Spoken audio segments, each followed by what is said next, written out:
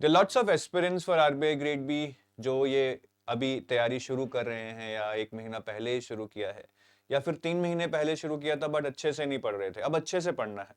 तो उनके दिमाग में एक क्वेश्चन रहता है कि sir if I start now और या फिर मैं अच्छे से पढ़ना शुरू करूं तो will I be able to crack. तो हम इसको डिस्कस करेंगे, लेकिन सिर्फ इस एंगल से नहीं कि कम टाइम में हो सकता है नहीं, रदर दूसरे एंगल भी हैं कि अगर ए आ गया, ग्रेड ए जिसके ज्यादा चांसेस लग रहे हैं, तो क्या पॉसिबल होगा? बिकॉज ग्रेड ए शायद थोड़ा इजी हो सकता है। और अगर पॉसिबल नहीं भी लग रहा है, मुश्किल लग रहा है, तो भी क्या हमें ये अटेम्प्ट देना चाहिए? Will it add any value to my preparation? तो ये सारे क्वेश्चंस के आंसर हम डिस्कस करेंगे। अब आगे चलने से पहले आपको एक बहुत ही जबरदस्त चीज बताने वाला हूं। So we have this free course for RBI grade B. आप नीचे पट्टी भी देख रहे हैं। You can enroll into this course by going to the description of this video. बिल्कुल फ्री है। क्यों एनरोल करना चाहिए? देखिए, आपको बहुत सारे डाउट्स होंगे आरबीआई ग्रेड बी के पैटर्न, एलिजिबिलिटी या सिलेबस को लेकर। हमने बहुत अच्छे से इन चीजों को ब्रेक किया है, आपको समझाया है ताकि आपको फुल क्लैरिटी मिल जाए। आपको बहुत सारे डाउट्स हो सकते हैं प्रिपरेशन स्ट्रैटेजी से रिलेटेड कि सर एफएमईएसआई को कैसे अप्रोच करें, मेरा तो बैकग्राउंड नहीं है, कितनी डेप्थ में पढ़ना है, कैसी बुक्स पढ़नी है, कैसे क्वेश्चन आते हैं, बहुत अच्छे से समझाया गया है इस स्टार्टर पैक की वीडियोस में। क्वांट रीजनिंग को, करंट अफेयर्स को लेकर डाउट हो सकते हैं, कैसे क्वेश्चंस आते हैं, बैंकिंग से कैसे अलग है, यूपीएससी से कैसे अलग है। तो अगेन इसको बहुत अच्छे से ब्रेक कर कर हमने एक्सप्लेन किया है। और अगर आप किसी कोर्स में एनरोल करना चाहते हैं लेकिन कंफ्यूज्ड हैं कि कौन सा कोर्स आपके लिए अच्छा रहेगा, सूटेबल रहेगा, जहां से आपको समझ आए, आप एक ट्रस्ट कर पाए, तो इस कोर्स में बहुत सारे सैंपल चैप्टर्स हैं हर सब्जेक्ट के, which you can read and decide by yourself that whether EduTap is suitable for you or not. EduTap is something that satisfy your quest for learning or not. तो इसका आप link description के video में पा सकते हैं। अब starting with the topic, सबसे पहले ये जानना बहुत जरूरी है कि एग्जाम कब तक हो सकता है, बिकॉज हमारा जो क्वेश्चन है वो इसी के इर्द गिर्द है कि कम टाइम में तैयारी हो सकती है नहीं। तो देखिए, अब एग्जैक्ट डेट तो मुझे भी नहीं पता है to be very frank, but from my experience मैंने देखा है कि जैसे ही रिजल्ट आता है, रिजल्ट के within 50 to 60 days notification usually आ जाती है, unless and until there is some other factor. और नोटिफिकेशन के बाद नॉर्मली 45 डेज में आपका फेज 1 हो जाता है। तो रिजल्ट अब कभी भी आ सकता है। I think by 15th Feb आपका रिजल्ट आ जाएगा, इनफैक्ट आज भी आ सकता है। तो अगर ये 15 फेब को आता है तो ये 60 + 45 मतलब अराउंड 90 डेज आप लेके चलिए, 95। तो I think by 15th of May मतलब नोटिफिकेशन एक हॉट फेज में आ जाएगी कि भैया अब आ सकती है। अब आने को 15 जून तक भी ना आए, आने को 15 जुलाई तक भी ना आए। तो अगर 15th मई को नोटिफिकेशन आती है तो most probably bye end of June आपका फेज 1 हो जाएगा। तो मोटा मोटा अगर हम देखें, आपके पास मार्च, अप्रैल, मई, जून और अभी फेब का टाइम है, तो ये 5 मंथ से भी लेस टाइम है आपके पास। तो इसीलिए हमें डाउट आ रहा है कि हम कम टाइम में कर पाएंगे या नहीं कर पाएंगे। ठीक है। अब बिग क्वेश्चन लेकिन ये है जो हम शायद इग्नोर कर रहे हैं कि भैया ग्रेड ए आएगा या ग्रेड बी आएगा, इस पे बहुत डिपेंड करेगा। क्योंकि फ्रैंकली अगर मैं ग्रेड बी की बात करूं, प्रिपरेशन आसान नहीं होने वाली है इतने कम टाइम में, अगर आप अभी शुरू कर रहे हैं। उसकी मैं डिटेल में बात करूंगा नेक्स्ट स्लाइड में। बट ओवरऑल रिलेटिवली मुझे लगता है कि अगर ग्रेड ए आता है तो ग्रेड बी से इसका प्रिपरेशन आसान होने वाला है या ज्यादा पॉसिबल होने वाला है कि आप ए एग्जाम क्लियर कर लें अगर ग्रेड ए आता है कम टाइम में। ग्रेड ए में मैं क्यों कह रहा हूं कि एग्जाम आसान होगा, क्योंकि अगर आप देखें क्वांट, रीजनिंग, इंग्लिश, आपको शायद वीडियो में थोड़ा डिस्टरबेंस आ रहा होगा क्योंकि कुछ काम चल रहा है, so just ignore that. Quant, reasoning, English मुझे लगता है इजी आएगा थोड़ा सा रिलेटिवली, बिकॉज हमने सेबी और नाबार्ड में देखा है। करंट अफेयर्स मुझे लगता है ये तो टफ ही आने वाले हैं भैया, करंट अफेयर्स। ठीक है। फेज 2 में मुझे लगता है अगर ग्रेड ए होता है तो भैया 2 सब्जेक्ट्स होंगे, मतलब 2 पेपर होंगे आपके। 2 सब्जेक्ट्स नहीं, मैं पेपर बोलूंगा। तो अगर 2 पेपर होते हैं तो कहीं ना कहीं सिलेबस आपका कम होगा शायद, क्योंकि उसमें फिर इतने चैप्टर्स डिफरेंट डिफरेंट सब्जेक्ट्स के नहीं पढ़ने पड़ेंगे, ये थोड़ा कम होगा। तो सिलेबस कम होगा तो थोड़ा सा कम टाइम में भी आप चीजें कर पाएंगे, बट ओवरऑल बहुत ज्यादा फर्क नहीं पड़ेगा क्योंकि शायद प्रिपरेशन आसान हो जाएगी, बट साथ ही साथ आप देखिए कि जो हमारा कंपटीशन है वो बढ़ जाएगा क्योंकि जैसे जैसे चीजें आसान होती हैं कंपटीशन उतना बढ़ता है, कट ऑफ उतनी ऊपर जाती है।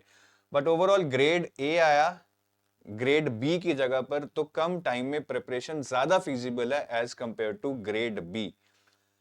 अब चलिए मानते हैं कि ग्रेड ए नहीं आता, ग्रेड बी आता है, या फिर ग्रेड ए आता है साथ में ग्रेड बी भी आ जाता है। काफी लोग ग्रेड बी भी देना चाहेंगे, हायर पोस्ट है भाई। या फिर ग्रेड ए ही आता है बट वो भी डिफिकल्ट आता है ग्रेड बी की तरह, तब क्या चांस है? मेरे हिसाब से अगर आप अब स्टार्ट कर रहे हैं और difficulty level grade B types रहता है, I think there is very less chance to conquer this exam. Specially अगर आपका कोई रिलेटेड बैकग्राउंड नहीं है। रिलेटेड बैकग्राउंड मतलब यार आपने कभी क्वांट रीजनिंग नहीं पढ़ा है किसी कॉम्पिटिटिव एग्जाम के लिए, आपने यूपीएससी का भी प्रिपरेशन नहीं किया है, आपका फाइनेंस और इकोनॉमिक्स बैकग्राउंड भी नहीं है, तो मेरे हिसाब से बहुत बहुत मुश्किल है। Let me B very Frank, मतलब उसके लिए तो फिर आपको 12-13 घंटे पढ़ना पड़ेगा। इतना लोग पढ़ते नहीं हैं क्योंकि हमें शायद एग्जाम के पास जाके ही पढ़ने की आदत है। 5-6 घंटे पढ़कर स्टार्टिंग फ्रॉम स्क्रैच 5 मंथ में पढ़ना, प्रैक्टिस करना, रिवीजन करना would be really tough in my opinion, ठीक है। बट हाँ, जिनका बैकग्राउंड है, जिनका बैकग्राउंड रिलेटेड है थोड़ा सा, they might stand a chance, ठीक है। अब बैकग्राउंड से मेरा मतलब सबसे पहले तो क्यूआरई, अगर आपने बैंकिंग में एसबीआई पीओ, आईबीपीएस पीओ की तैयारी की है, आई थिंक आपका रिलेटेड बैकग्राउंड है। यूपीएससी बैकग्राउंड है तो आपने इकोनॉमिक्स पढ़ रखा है, आंसर राइटिंग, ऐसे राइटिंग काफी आपको आता है, यू स्टैंड अ चांस। अगर आपका फाइनेंस या इकोनॉमिक्स बैकग्राउंड है, आपका फेज 2 का काफी स्टैटिक पोर्शन आपने पढ़ रखा है, यू स्टैंड अ चांस। तो अगर आपने क्यूआरई पढ़ रखा है, I would say for next 50 days you should focus on FM, ESI, ठीक है, एंड डिस्क्रिप्टिव राइटिंग, क्योंकि क्यूआरई आपका हो रखा है। अगले 50 दिन आप इस पे फोकस करिए, बाद में हम करंट अफेयर्स पे फोकस करेंगे जो बाद वाले दिन होंगे। अगर आपका यूपीएससी बैकग्राउंड है, भैया इकोनॉमिक्स नहीं पढ़नी है, आप एफएम पे फोकस कीजिए, क्यूआरई पे फोकस कीजिए, आपको डिस्क्रिप्टिव राइटिंग भी नहीं करनी है। ये मेन एरियाज रहेंगे आपके। करंट अफेयर्स आप भी बाद में कीजिए इन 50 डेज के बाद। अगर आपका फाइनेंस और इकोनॉमिक्स बैकग्राउंड है, आई वुड से आप क्यूआरई कीजिए, साथ में डिस्क्रिप्टिव राइटिंग जरूर कीजिए, ठीक है। चाहे वो न्यूज़पेपर पढ़कर कुछ एडिटोरियल्स पे कर लीजिए, या इकोनॉमिक्स के तो जनरल क्वेश्चन आते हैं एग्जाम में, you can do descriptive writing on that, और करंट अफेयर्स की प्रैक्टिस आप बाद में कर सकते हैं। तो ओवरऑल ये प्लान लेके चल सकते हैं जिन लोगों का बैकग्राउंड है। बट अगेन मैं ये बोलूंगा, ये एग्जाम कोई मतलब 10th या 12th का एग्जाम नहीं है कि हमने देकर बस पास होना है, 70% नहीं तो 65% आ जाएंगे। बहुत बहुत कंपटीशन है, लोग 2-3 साल में भी क्रैक नहीं कर पाते हैं। फर्स्ट अटेम्प्ट में बहुत कम लोग हैं जो क्रैक कर पाते हैं। मेनली रीजन ये रहता है that they are not able to understand the complexities of the exam and they are not able to devise the proper strategy. तो जो भी करिएगा अच्छे से करिएगा। एक चीज हमेशा याद रखिएगा, quality shall take precedence over time. हम टाइम के चक्कर में ना बहुत जल्दी जल्दी में चीजें ऊपर ऊपर से पढ़ते हैं, that gives us a satisfaction कि हमने कर लिया है, बट एंड रिजल्ट नहीं आएगा। बट अगर हम क्वालिटी पे फोकस करेंगे, अगर आज मैं क्वांट रीजनिंग इंग्लिश अच्छे से कर लूं तो शायद आरबीआई नहीं निकलेगा, लेकिन कोई और एग्जाम बैंकिंग का निकल जाएगा। अगर मैंने फाइनेंस इकोनॉमिक्स कर लिया है तो शायद आरबीआई नहीं निकलेगा, लेकिन मेरा एयरडाई नबार्ड में कहीं ना कहीं चांस बन जाएगा। तो इस चीज पे फोकस करना, ये चीज पे फोकस करोगे तो सिर्फ प्रेशर आएगा, अंडरस्टैंडिंग नहीं आएगी, ठीक है। इस चीज पे फोकस करो, शायद इस बार यहाँ भी क्लियर कर पाओ, कोई दिक्कत नहीं है, unless and until you have the last attempt, but you will be well prepared for this exam and many other exams. Trust me, it takes time to come to a level where you can crack this exam. वो 1-2 महीने में नहीं आने वाला है। But हाँ, अगर आप क्वालिटी स्टडी कर रहे हो, जितनी भी कर पा रहे हो, उसके बाद please do attempt the exam at least, चाहे आधी प्रिपरेशन करके गए हो, do attempt the exam, the 2025 exam, because this will give you a lot of experience of sitting in the exam, experiencing the anxiety in the exam, experiencing the time management skill in the exam.